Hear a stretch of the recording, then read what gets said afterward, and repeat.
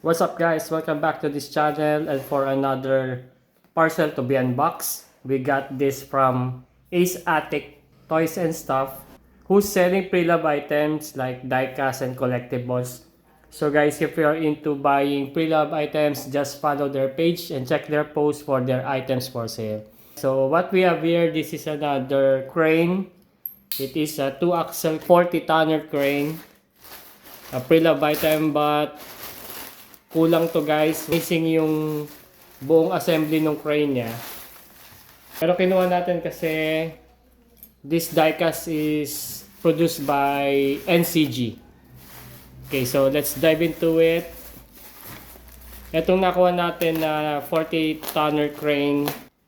Medyo rare yung mga ganito guys, especially kung NCG, North Scott, Diecast Master, tapos Conrad.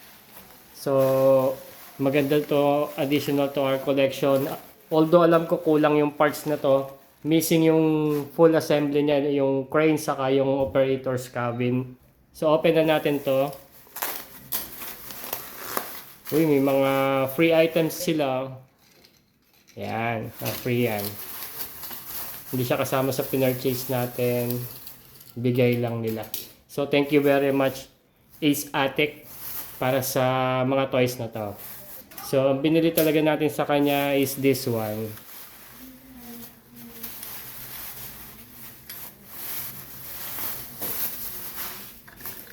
Ito siya, this is the Terex PPM AC40/2L by NZG at 1:50 scale.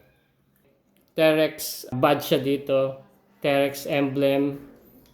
So, yun yung model niya. Right, yung missing talaga dito is yung full assembly ng crane niya. Meron ditong operator's cabin. So, kasama siya sa nawawala. So, anyway, diecast lahat to kasi this is an NCG. May kabigatan to guys. So, ganyan yung condition niya. Well, yung outriggers, putol yung isa. Ganito yung tsura niya eh. Kaya missing yung outrigger pad. Pero yung iba is okay naman. I think meron lang part na para dito sa dulo niya. Missing siya. Pero solid to.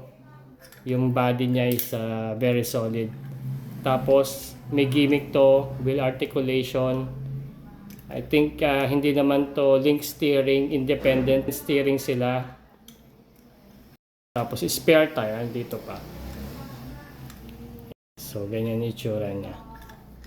Itong outrigger, tinitwist to para bumaba siya. Medyo stiff pa siya. Sayang lang at missing yung isang pad. So tignan natin kung makakakuha tayo ng pwedeng gawing replacement para dyan. Kaya importante, kumpleto gulong niya. Okay, so yun yung markings niya guys. NCG 1:50 scale. Okay, so I have things in mind kung anong gagawin natin dito sa crane na to since nawala nga yung full assembly niya. Meron kasi akong Joel brand na Ackerman, which is very good prospect kasi ito yung crane assembly niya sa kay operator's cabin. However, hindi ko pa alam kung mag-fit siya dito. Yan, kung ano magiging itsura niya pagka finit natin siya. Then, meron pa naman tayong second option. Meron ako ditong KDW. Ang problema lang dun kasi is outscaling, that is 1:55 scale. Pero, tingin ko mas magandang prospect to. Yan, mas fit siya dito. Yan, ganyan ang gagawin natin. Let's have a quick dim check dito sa NCG na to, kung ano yung weight niya.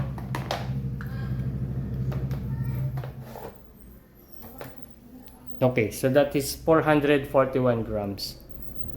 Ang missing din sa kanya na pitaw pala is yung mga warning lights sa top roof, wala. Dito pa naman yung part na to para sa crane hook rest. Yan, or maybe maglalagay ulit tayo ng chain dito para doon natin sasabit yung crane hook. Yan. PPM. May plate number. Sa NCG, mga painted lang yung mga headlights. Hindi siya plastic insert saka itong mga fog lamps. Pero solid din ang gawa ng NCG. Maganda yung rubber tires niya. Yan, maganda rin yung truck pattern.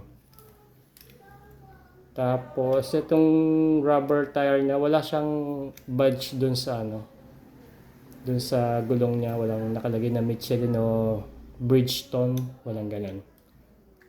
Kahit sa spare tire. Yan. Okay pa naman siya, guys.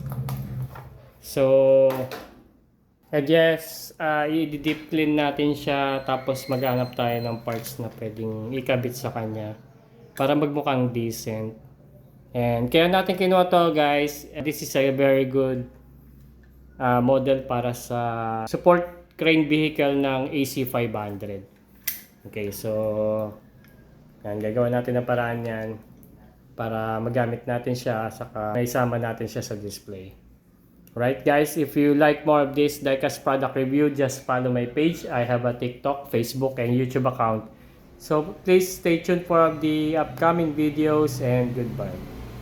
In the dark where shadows lie, feel the monster.